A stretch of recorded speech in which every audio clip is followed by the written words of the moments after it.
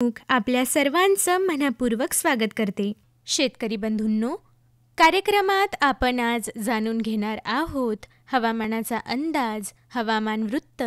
सोबतच आज आपण कार्यक्रमामध्ये ऐकणार आहोत नैसर्गिक शेतीचे अनुभव याविषयी प्रगतिशील महिला शेतकरी वैशाली बेंडे, मुक्काम पोस्ट अंदुरा, जिल्हा अकोला यांची संपदा ढोके यांनी घेतलेली मुलाखत. तर शेतकरी बंधूंनो, ऐकत रहा आपला आवडता कार्यक्रम किसान वाणी.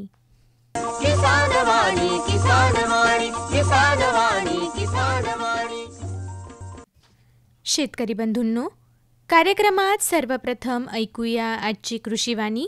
वाचक स्वर आहे आरती देशमुख यांचा. शेतकरी बंधू भगिनींनो, नमस्कार. कृषीवाणीमध्ये आज ऐकूया शेळ्यांचे आहार व्यवस्थापन याविषयीची माहिती. ही माहिती प्राप्त झाली आहे कृषी विज्ञान केंद्र अकोला यांच्याकडून. शेळ्यांना कुठल्याही प्रकारचा हिरवा चारा देताना पाल्याचे प्रमाण 60 ते 70% जास्त असू नये याची दक्षता घ्यावी, म्हणजे पोटफुगी, अतिसार असे आजार होणार नाही. येत्या काळात चारा टंचाई लक्षात घेऊन शेळ्यांच्या आहारासाठी भाताचा पेंडा, सोयाबीन, तूर, हरभरा यांचा भुसा, भुईमुगाचा वाळलेला पाला, कडबा यांची साठवणूक करून ठेवावी. शक्य असेल तेथे लिंब, बाभूळ, सुबाभूळ, दशरथ, लसूण घास यांचा पाला तसेच शेंगा वाळवून साठवून ठेवाव्यात. खाद्यातील कोरड्या भागाचे प्रमाण हे प्रत्येक प्रकारच्या चाऱ्यामध्ये वेगळे असते.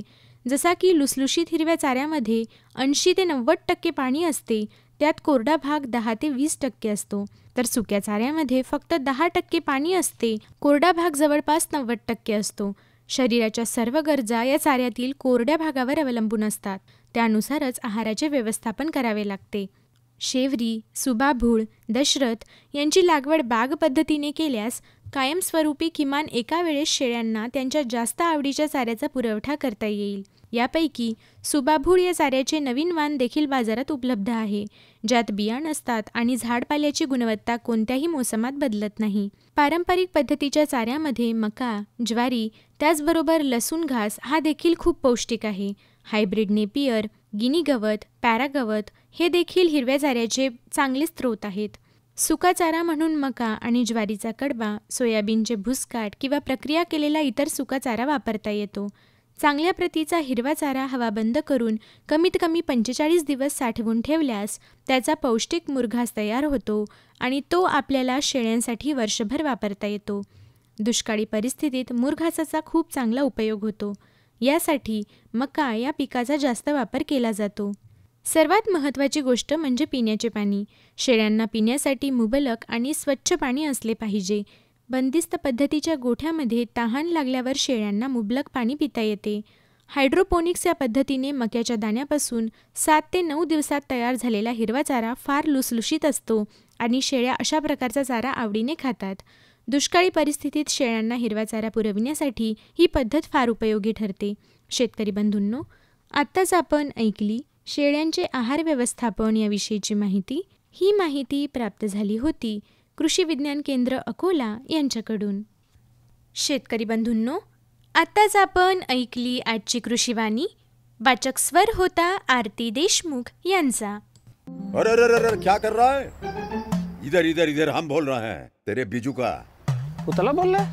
हाँ, पक्षियों से तो हम खेत को बचा लेते हैं, पर इन घातक रसायनों से कैसे बचाएं? मतलब? देख बेटा, तू जो ये अंधाधुंध रसायन मिलाता है ना, मिट्टी की सेहत बिगड़ने लगी है. और जब माटी ही कमजोर पड़ जाएगी तो उपज कैसे सेहतमंद होगी? अरे पहले ऐसा नहीं था. पूछना अपने बड़े बुजुर्गों से, कैसे फसल लहलहाती थी, शुद्धता झलकती थी. हाँ, माटी भी तंदुरुस्त और लोग भी. अरे अब पहली वाली बात कहाँ? पर अब तो सब यही डाले हैं. सब नहीं, आज भी लाखों जागरूक किसान परंपरागत विधि से फसल उगा रहे हैं. खर्चा कम और उपज की कीमत भी बेहतर पा रहे हैं. सच है? रे बेटे, एक्सपीरियंस से बता रहे हैं. धूप में बाल सफेद नहीं किए हैं. हाँ. ठीक है भाई, मैं भी आज से जैविक खेती शुरू करूंगा.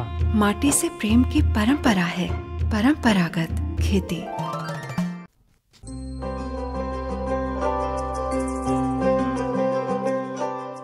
शेतकरी बंधूंनो, कार्यक्रमात यानंतर ऐकूया उद्याचा हवामानाचा अंदाज.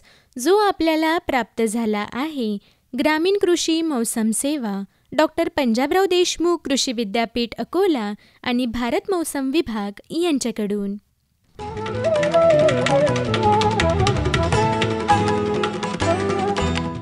पाऊस अंदाजे 0 मिलीमीटर, कमाल तापमान अंदाजे 42.4 अंश सेल्सिअस, किमान तापमान अंदाजे 27.5 अंश सेल्सिअस, सकाळची सापेक्ष आर्द्रता अंदाजे 35%, दुपारची सापेक्ष आर्द्रता अंदाजे 20%, वाऱ्याचा वेग अंदाजे 24 किलोमीटर प्रति तास आणि आकाशाची स्थिती स्वच्छ राहील.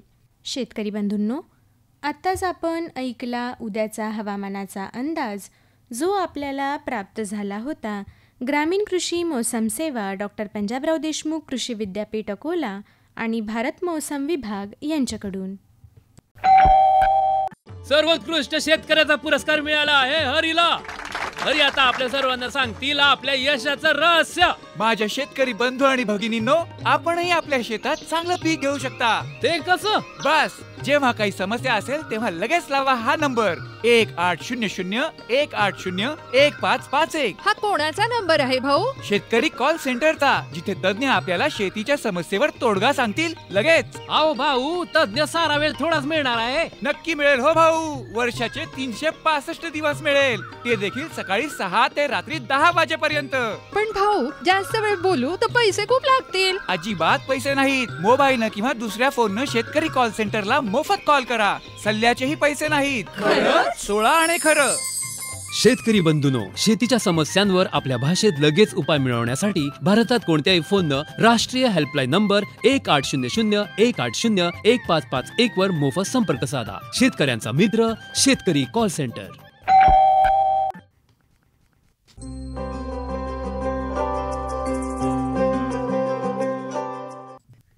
शेतकरी बंधूंनो, कार्यक्रमात यानंतर ऐकूया नैसर्गिक शेतीचे अनुभव याविषयी प्रगतिशील महिला शेतकरी वैशाली बेंडे, मुक्काम पोस्ट अंदुरा, जिल्हा अकोला यांची संपदा ढोके यांनी घेतलेली मुलाखत.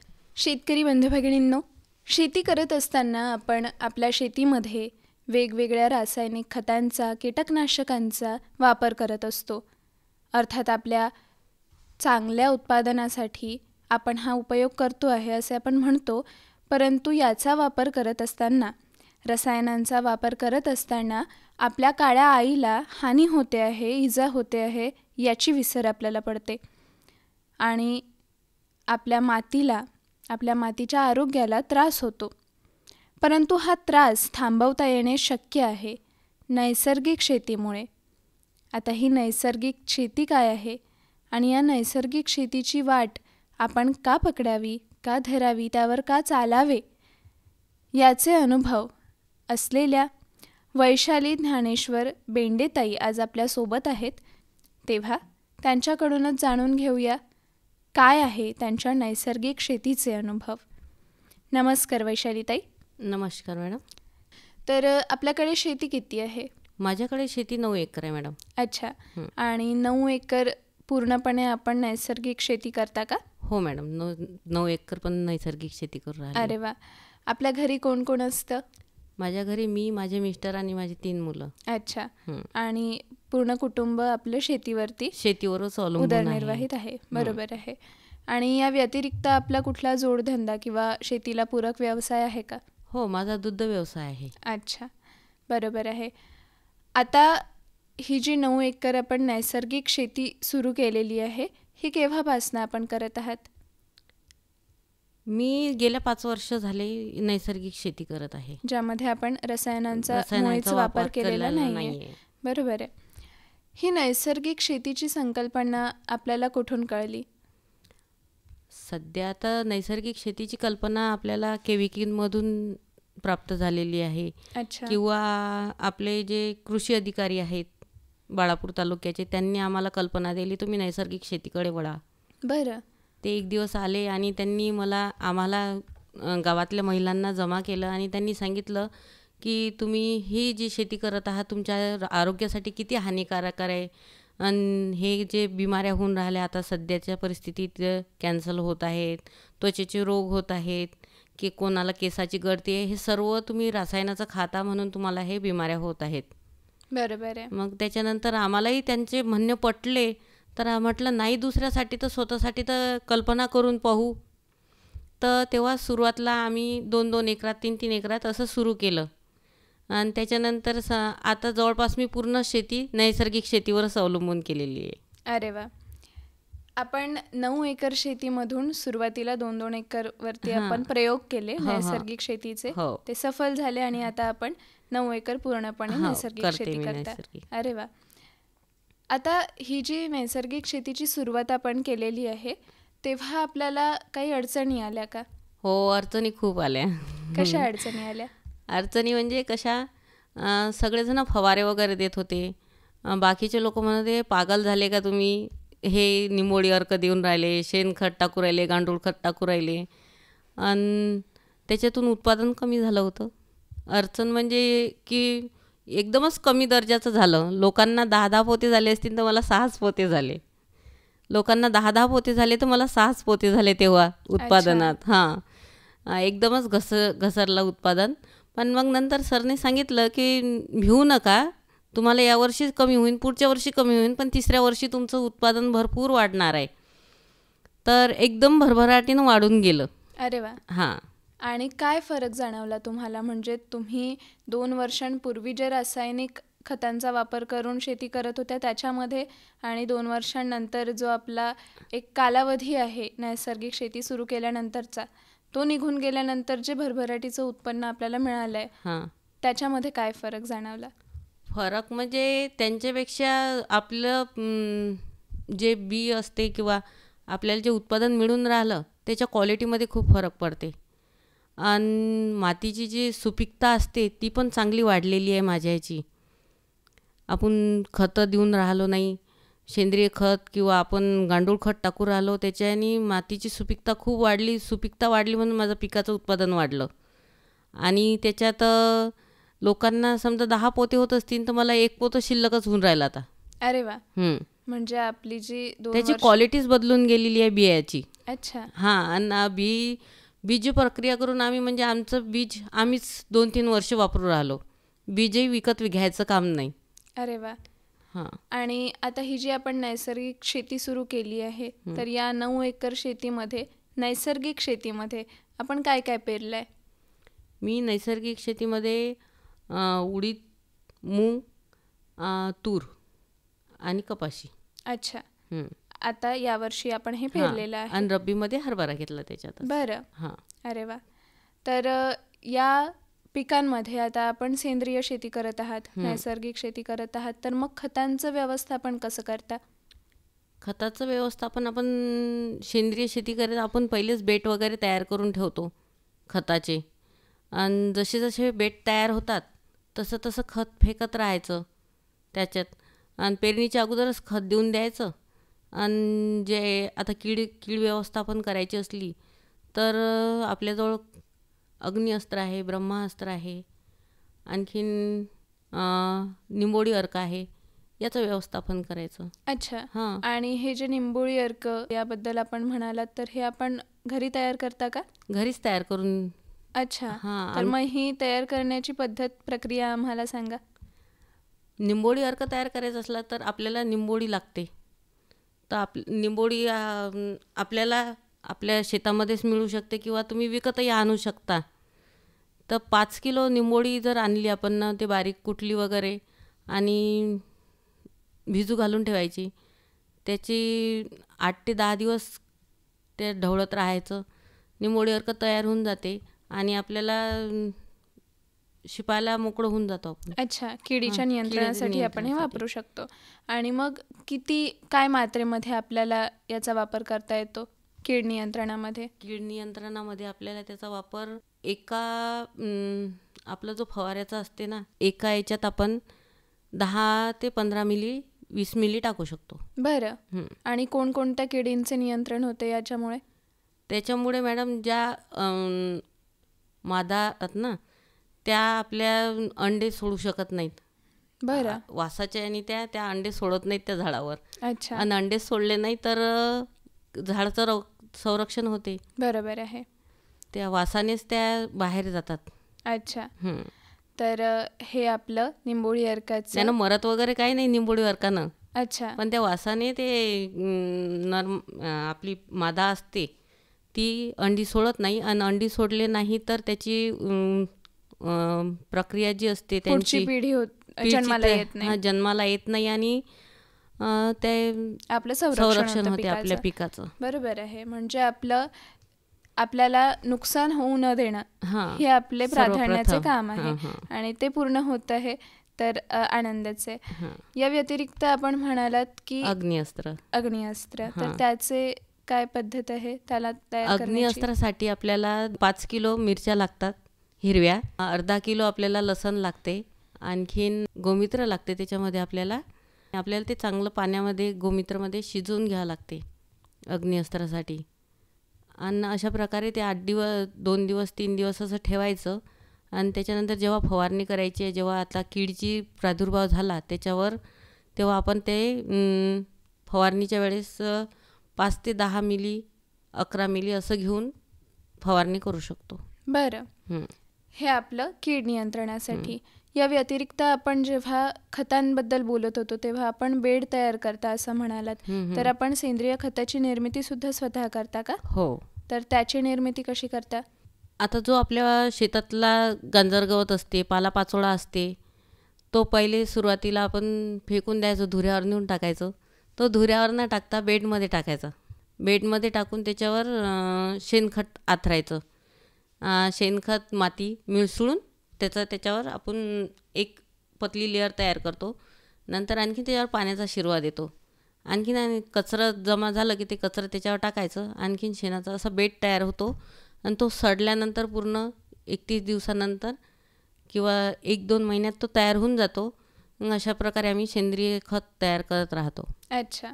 म्हणजे ढीग न घालता आम्ही व्यवस्थित व्यवस्थापन करतो त्याचं. अरे वा. आणि याचा मग आपण आपल्या पिकांमध्ये कसा वापर करता? आता उन्हाळा चालू आहे. पहिले आम्ही छान प्रकारे माती प्रशिक्षण वगैरे करून घेतलेलं आहे. माती प्रशिक्षण झाल्यानंतर आपल्याला आपल्या जमिनीची पीच लेवल वगैरे कळून जाते. आणि त्याच्यानंतर आपण हे झाल्यानंतर पावसाळ्याच्या 1 महिना अगोदर 2 महिना अगोदर सेंद्रिय खत आपण टाकू शकतो आपल्या शेतामध्ये. अच्छा. आणि पाणी आल्यानंतर गांडूळ खत. बरं. हं. तर अशा प्रकारे आपण आपल्या शेतीमध्ये खताचे नियोजन सुद्धा स्वतःच केलेले आहे. हो. वैशालीताई, आता आपण बोललात की कीड नियंत्रणासाठी सुद्धा जे निंबोळी अर्क आहे, अग्निअस्त्र आहे, ते आपण स्वतः बनवता. हो. खताची सुद्धा निर्मिती आपण स्वतः करता. हं. तर सुरुवातीला म्हणजे रसायनांचा वापर करत असताना आपल्याला जो खर्च यायचा शेती करताना, तो खर्च आणि आत्ता येणारा खर्च यामध्ये काही फरक आढळतो का तुम्हाला? तेव्हा शेतीमध्ये मॅडम जेवढं उत्पन्न निघायचं तेवढं त्या फवाऱ्यामध्ये आणि याच्यातच चाललं जायचं. बरोबर आहे. जेव्हा आम्ही रासायनिक खतं वापरायचो तेव्हा, किंवा फवारे, अर्धा खर्च फवाऱ्याचा आणि अर्धा खर्च आपल्या शेतीमध्ये उत्पादनाचा होता. आता तो खर्च कमी एकदम नाहीसा झालेला आहे आमच्या शेतीतून.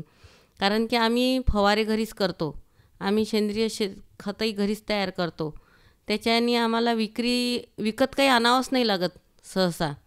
अच्छा. आणि शेणासाठी आम्ही पशु पाळूनच राहिलो. अच्छा. त्याच्याने आम्हाला शेणही विकत घ्यायचं काम नाही, गोमित्र विकत घ्यायचं काम नाही. लागणार काय आहे, गूळ, बेसन, ब्रह्मास्त्र तयार करायसाठी गूळ बेसन हे लागते, तर तेवढंच विकत आणावं लागते, नाही तर मग घरीच आहे सर्व. अरे वा. म्हणजे आपल्या खर्चामध्ये सुद्धा आपल्याला बचत या नैसर्गिक शेतीमुळे आलेली आहे. अच्छा, छान.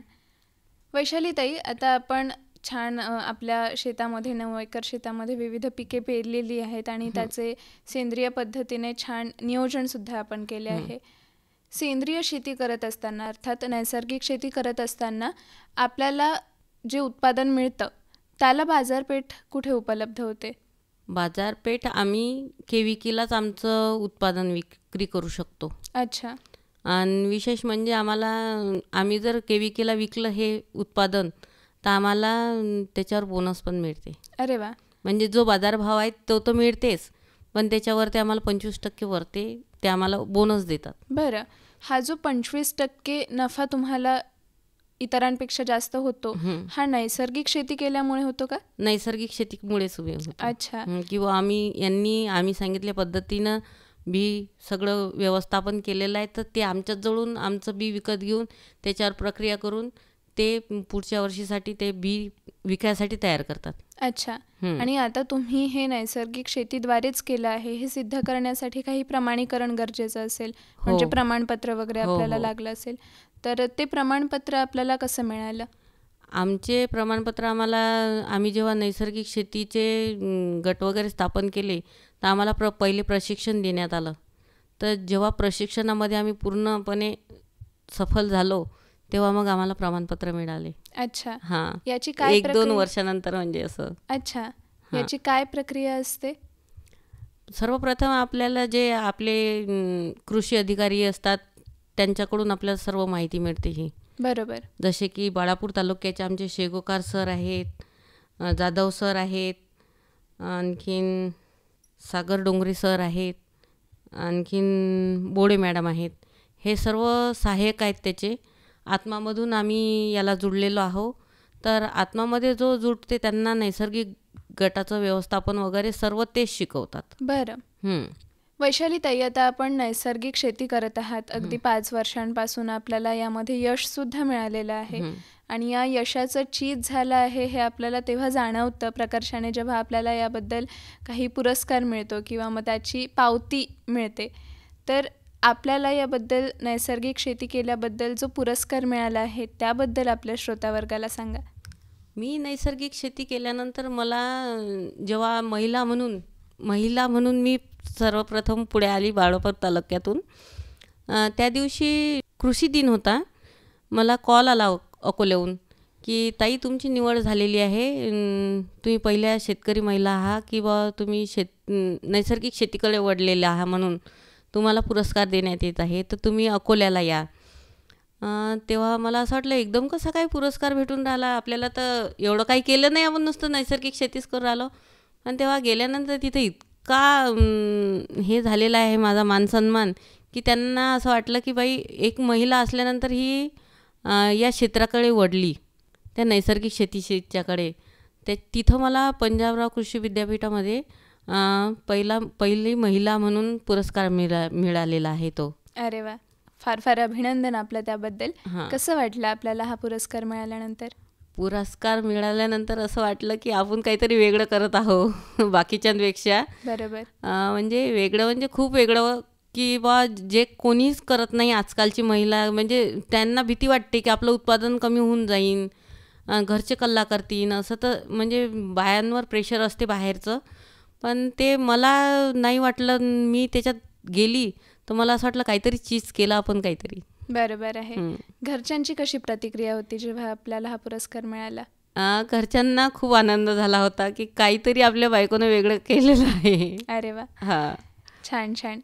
तर आता आपल्याला ज्या ऐकत असलेले शेतकरी बंधू भगिनी आहे त्यांना आपण या नैसर्गिक शेतीबद्दल सरते शेवटी काय सांगू इच्छिता? तुम्ही नैसर्गिक शेतीकडे वळा, कारण की नैसर्गिक शेती आता सध्याच्या काळात खूप महत्त्वाची आहे. आता पंजाबहून मला वाटते एक रेल्वे चालते कॅन्सलची.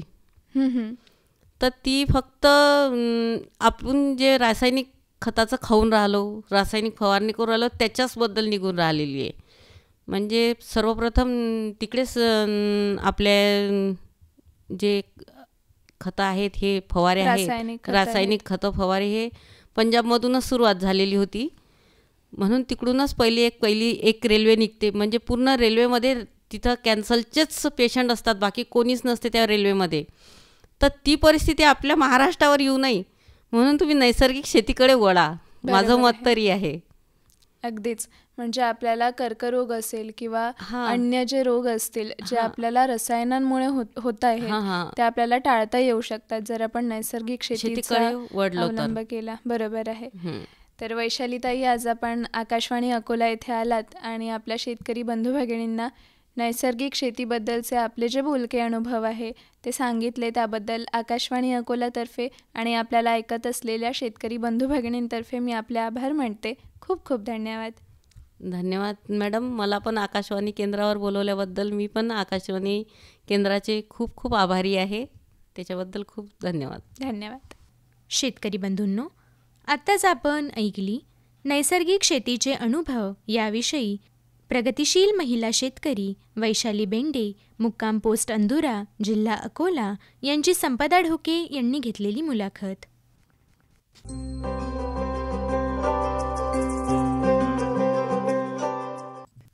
शेतकरी बंधू भगिनींनो, किसानवाणी या कार्यक्रमात प्रश्न तुमचे उत्तर आमचे हा कृषीविषयक फोन इन कार्यक्रम आम्ही प्रसारित करीत असतो. येत्या मंगळवार दिनांक 22 एप्रिल 2025 रोजी ध्वनिमुद्रित होणाऱ्या प्रश्न तुमचे उत्तर आमचे या फोन इन कार्यक्रमाचा विषय आहे उन्हाळ्यातील कोंबड्यांचे व्यवस्थापन. आणि तुमच्या प्रश्नांना उत्तर देण्यासाठी आमंत्रित तज्ज्ञ आहेत डॉक्टर संजय शेगोकार, पशुसंवर्धन दुग्धशास्त्र विभाग, डॉक्टर पंजाबराव देशमुख कृषी विद्यापीठ अकोला. तेव्हा जरूर फोन करा. या कार्यक्रमात फोनवरून प्रश्न विचारण्यासाठी आपण येत्या मंगळवारी दुपारी 4 ते 4:30 या वेळेत फोन करावेत. त्याकरिता आमचा फोन नंबर आहे 0724245641. या कार्यक्रमाचे प्रसारण आपण मंगळवार दिनांक 22 एप्रिल 2025 रोजी संध्याकाळी 7:30 वाजता ऐकू शकाल. धन्यवाद.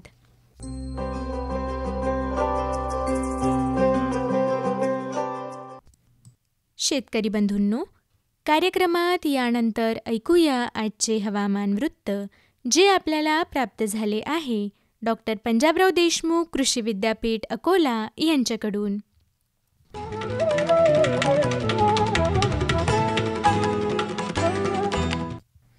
कमाल तापमान 42.4 अंश सेल्सिअस, किमान तापमान 25.7 अंश सेल्सिअस, प्रखर सूर्यप्रकाश 9.1 तास, वाऱ्याचा वेग 6.1 किलोमीटर प्रति तास.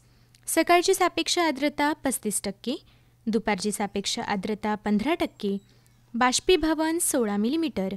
आज झालेला पाऊस 0 मिलीमीटर आणि 1 जून 2024 पासून आजपर्यंत झालेला पाऊस 963.8 मिलीमीटर. शेतकरी बंधूंनो, आत्ताच आपण ऐकले डॉक्टर पंजाबराव देशमुख कृषी विद्यापीठ अकोला यांच्याकडून प्राप्त आजचे हवामान वृत्त.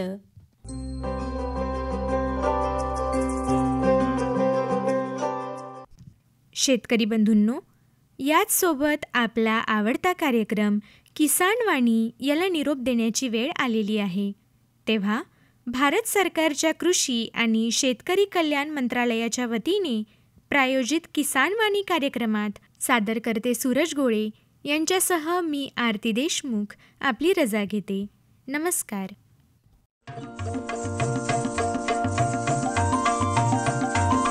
किसानवाणी किसानवाणी किसानवाणी किसानवाणी, हिरव्या स्वप्नांची साध्यवाणी, प्रगत योगाची वेधवाणी, कृषी तंत्राची ही मंत्रवाणी. किसानवाणी किसानवाणी किसानवाणी किसानवाणी.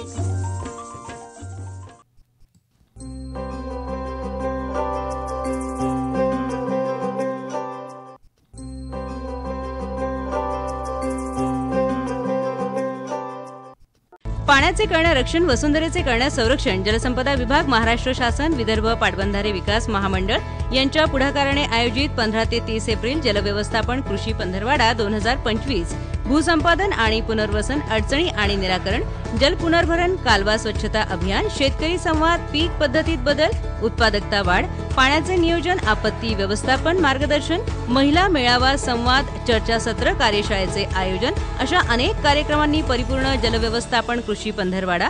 चला तर सहभागी होऊया, योगदान देऊया, पाण्यासाठी सारे एकत्र येऊया. विदर्भ पाटबंधारे विकास महामंडळ, अधीक्षक अभियंता, अकोला सिंचन मंडळ, अकोला.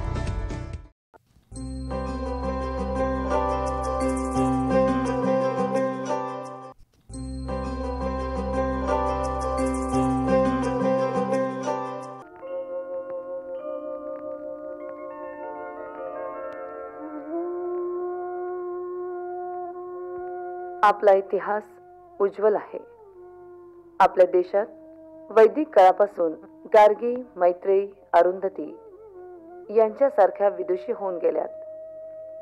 आपल्याच देशात राणी लक्ष्मीबाई, चांदबिबी यांच्यासारख्या वीरांगणा झाल्या. आपल्या देशातच जिजाऊ मासाहेबासारख्या कर्तृत्व संपन्न माता झाल्या.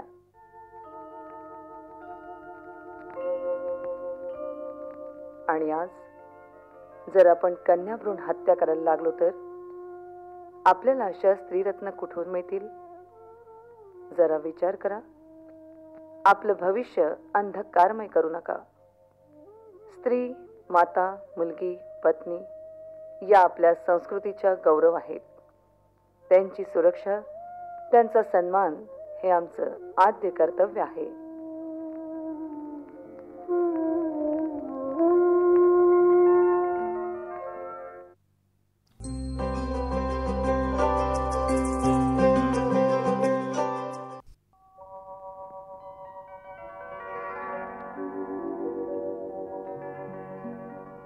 उस मुल्क की सरहद को कोई छू नहीं सकता,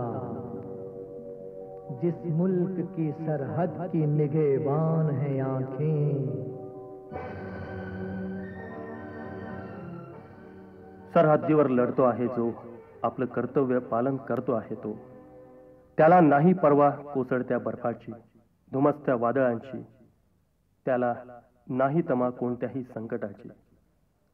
धन्य आहे ती माता जिने आपल्या वीर पुत्राला मातृभूमीसाठी जन्म दिला.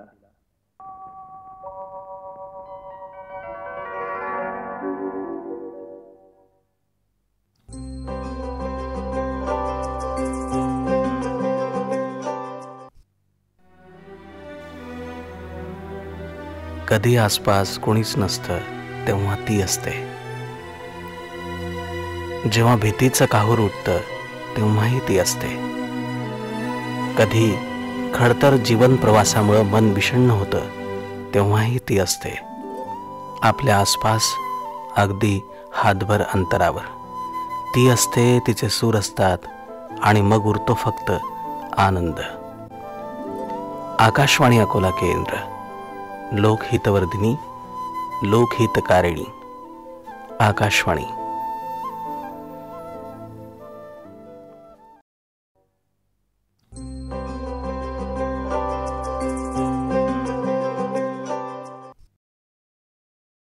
वृक्षवल्ली आम्हा सोयरी वनचरे. संवर्धन करू वृक्षांचं, रक्षण करू कुटुंबाचं. झाडं लावा, झाडं जगवा. पक्षी सुस्वरे आळवीती. वृक्षवल्ली आम्हा सोयरी वनचरे.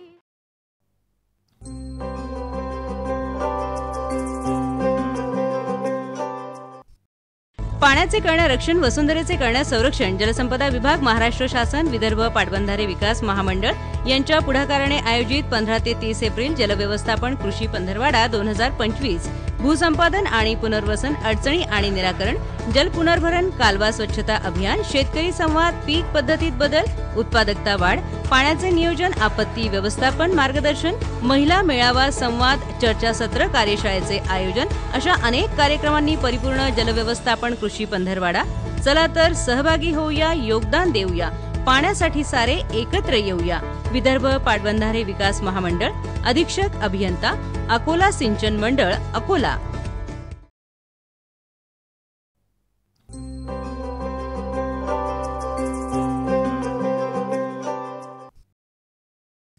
रसिक श्रोते हो, यानंतर ठीक 8:05 आकाशवाणीच्या मुंबई केंद्रावरून ऐकूया राष्ट्रीय मराठी बातम्या.